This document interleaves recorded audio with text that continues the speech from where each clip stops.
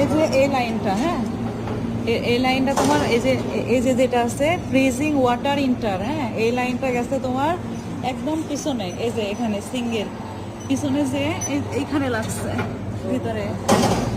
আর আরেকটা লাইন আছে তোমার এই যে এটা হলো ফ্রিজিং ওয়াটার আউটলেট, এই লাইনটা গেছে হলো এই যে উপরে যে রোল আছে পিতল আছে, এই পিতলের দুইটা পিতলের এখানে।